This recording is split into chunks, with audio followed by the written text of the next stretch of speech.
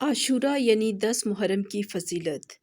10 محرم کا دن انتہائی محترم و مکرم اور بابرکت دن ہے۔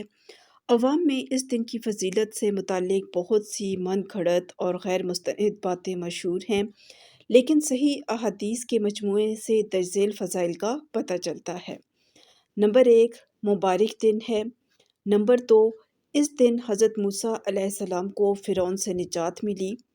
نمبر 3، حضرت موسیٰ علیہ السلام اس دن بطور شکرانہ روزہ رکھتے تھے۔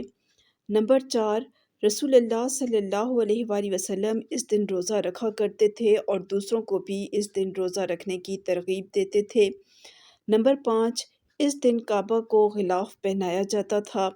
نمبر 6، اس دن اہل خیبر روزہ رکھتے تھے اور اس دن کو بطور عید مناتے تھے۔ نمبر 7، قریش مکہ بھی زمانہ جاہلیت میں اس دن روزہ رکھا کرتے تھے۔